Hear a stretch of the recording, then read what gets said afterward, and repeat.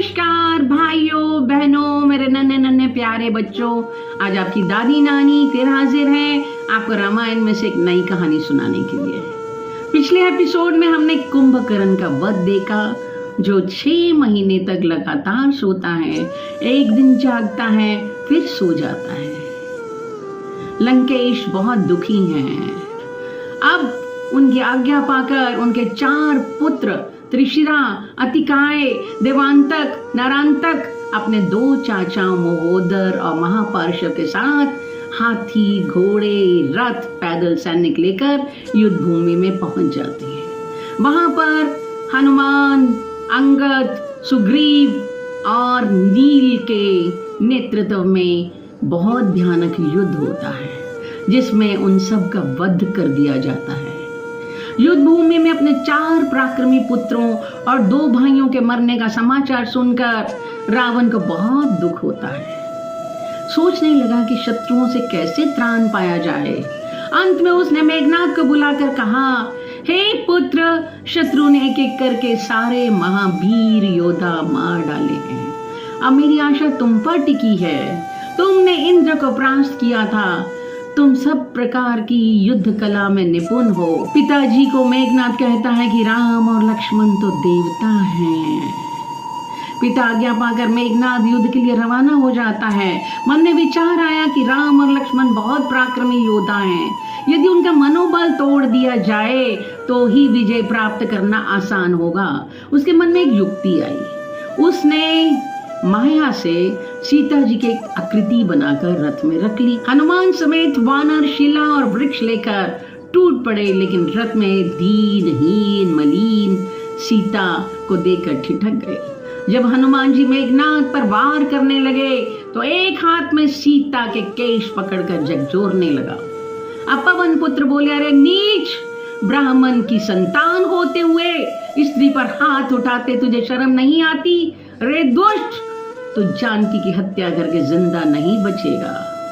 तब घोर गर्जना करते हुए मेघनाद बोला, शत्रु को पीड़ा पहुंचाना धर्म के विरुद्ध नहीं है।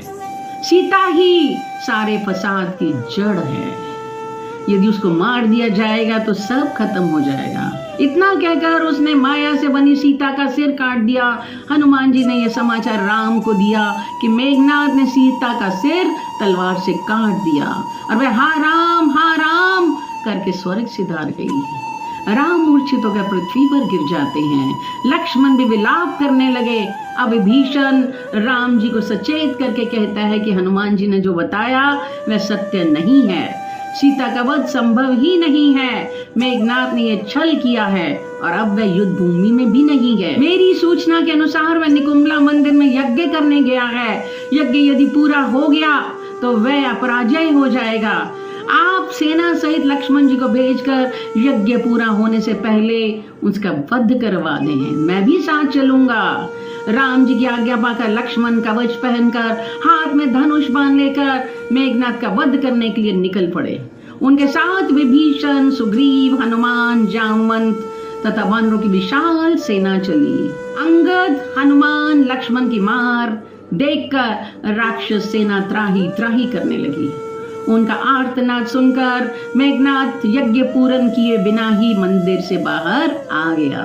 विभीषण को साथ देकर क्रोध से बोला, हे राक्षस कुल कलंक, तुम परम तेजस्वी भला सत्य वंश पर कलंक हो। तुम राक्षस जाति को विदेशियों के हाथों में देना चाहते हो। याद रखना, राम तुम्हारा भी सगा नहीं बनेगा। मेघनाद के कठोर वचन सुनकर विभीषण बोला, मैंने तुम्हारे पिता को उचित सम्मति दी थी। तुम नीतिवान होने का दम भरकर भूल जाते हो कि पराई स्त्री का हरण, पराया धन जबरदस्ती लेना और मित्र पर विश्वास नहीं करना तीनों किसी भी जाति के लिए विनाश का कारण बनते हैं। ये तीनों दुर्गुण तेरे पिता में थे, इसीलिए आज राक्षस कुल का नाश हो रहा है। लक्ष्मण ने तीखे नोक वाले बाण छोड़कर मेघनाद का कवच तोड़ डाला।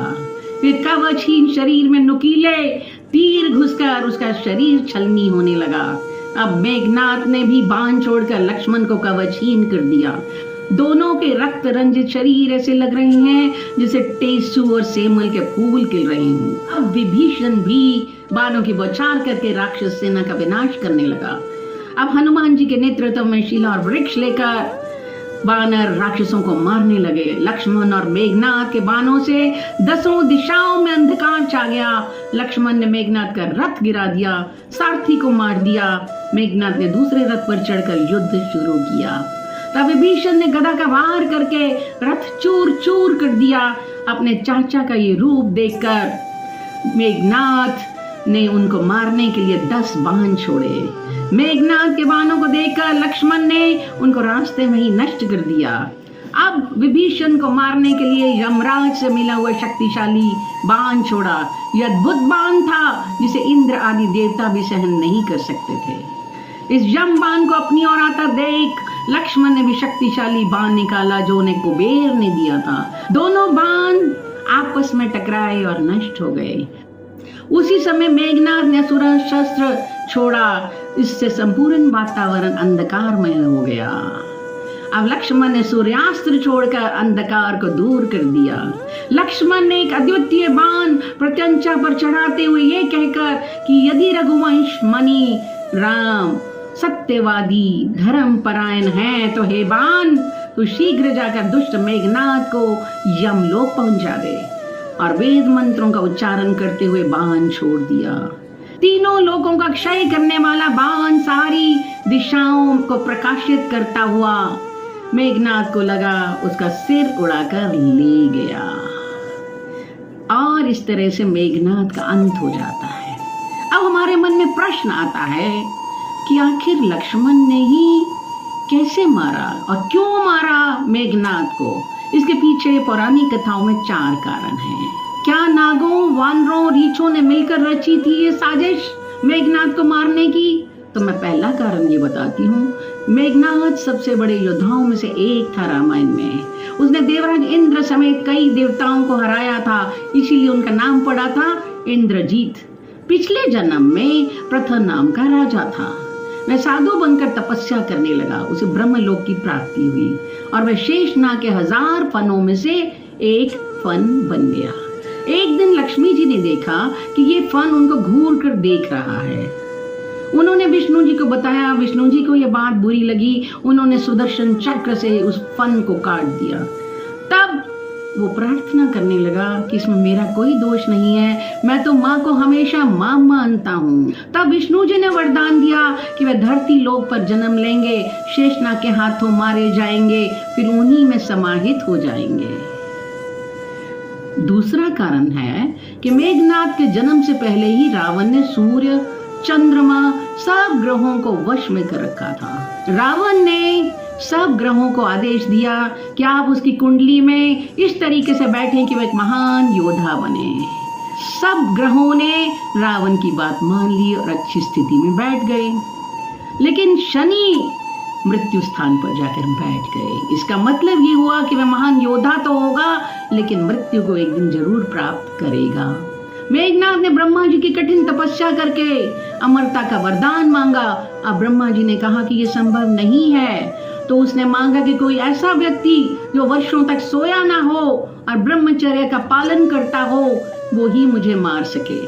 मेघनाथ ने समझा कि उसने मृत्यु पर जीत हासिल कर ली है और ब्रह्मा जी ने यह भी वरदान दिया कि वह अपनी कुल देवी को प्रसन्न करेगा तो वे उसे दिव्य रथ प्रदान करेंगी और उस दिव्य रथ में उसे कोई मार नहीं सकेगा। लेकिन यदि वह यज्ञ कोई भंग कर देगा तो वही व्यक्ति उसकी मृत्यु का कारण होगा। आखिर विभीषण के कहने पर लक्ष्मण जी ने यज्ञ संपूर्ण नहीं होने दिया और मेघनाथ को मारने में कामयाब हो गए। मेघनाथ ने देवताओं पर चढ़ाई की थी और इंद्र को हराया था, इसलिए उसका नाम इंद्रजीत था। अगला कारण है कि देवताओं को हराने के बाद मेघनाथ नागलोक को चले गए। उन्हें नागकन्या सुलोचना से प्यार हो गया। अब उन्होंने शेषनाग और वासुकी पर विजय प्राप्त की। उन्होंने उसको मारना चाहा तो उसने एक युक्ति सोची कि उनकी बेटी सुलोचना से शादी कर ली जाए तो दामाद को नहीं मारेंगे। लेकिन दामाद बनने पर भी उनका क्रोध शांत नहीं हुआ। लेकिन शेषनाग ने लक्ष्मण के रूप में जन्म लेकर मेघनाद को मार डाला। एक बहुत दिलचस्प कहानी सुनाती हूँ कि मेघनाद मरने के बाद भी हंसा क्यों था। लक्ष्मण ने जब उसको मारा तो उनका सिर राम जी के पास चला गया। राम जी ने उसको संभाल कर रख दिया। राम ने उसकी एक भुजा बाण के द्वारा सुलोचना को भेज दी ताकि सुलोचना को पता चल जाए कि उसके पति मृत्यु को प्राप्त हो चुके हैं। सुलोचना विश्वास नहीं कर पाई तो उसने कहा कि यदि वह वहां मेरे पति की है तो वो मुझे बताएगी। वहां में हलचल होनी शुरू हो गई। उनको खड़िया लाकर दी गई तो वह बाजू ने लक्ष्मण की प्रशंसा में शब्द लिखे। सुलोचना ने सोच लिया कि वह अपने पति के साथ ही सती हो जाएगी। वह रावण के पास जाती है कि मेरे पति का सिर लाकर दीजिए। रावण उन्हें कहते हैं कि बिटिया थोड़ी देर और इंतजार कर ले, तेरे पति के साथ साथ जिसने उसे मारा है मैं उसका सिर भी तेरे को लाकर दूंगा। उसे विश्वास नहीं हुआ तो वह मंदोदरी के पास जाती है और मंदोदरी ने कहा कि राम बहुत दयालु हैं तो उनके पास जा, वो तुम्हें सिर दे देंगे। तब वह जब जाती है राम जी बहुत दुखी होते हैं, कहते हैं कि तेरे पति को मैं क्या जिंदा कर दूं? तब वो कहती नहीं, मेरे पति का उद्धार तो आपने कर दिया, अब क्यों उनको मृत्युलोक में हम भेजें? इसलिए आप उनका सिर लौटा दीजिए ताकि मैं सती हो जाऊं। सुग्रीव को सिर लाने का आदेश दिया गया। तब सुग्रीव ने पूछा कि ये कैसे विश्वास दिया जाए कि लक्ष्मण की प्रशंसा मेघनाद ने लिखी थी। तब उनका सिर जब सामने ला दिया गया तब वो कहती है स्वामी आप हंसे तो ये विश्वास करेंगे। सिर हंसने लगा और ये संभव हो गया। तब वो अपने पति का सिर लेकर चली जाती है। अगले एपिसोड में हम युद्ध भूमि में मिलेंगे। जय श्री राम।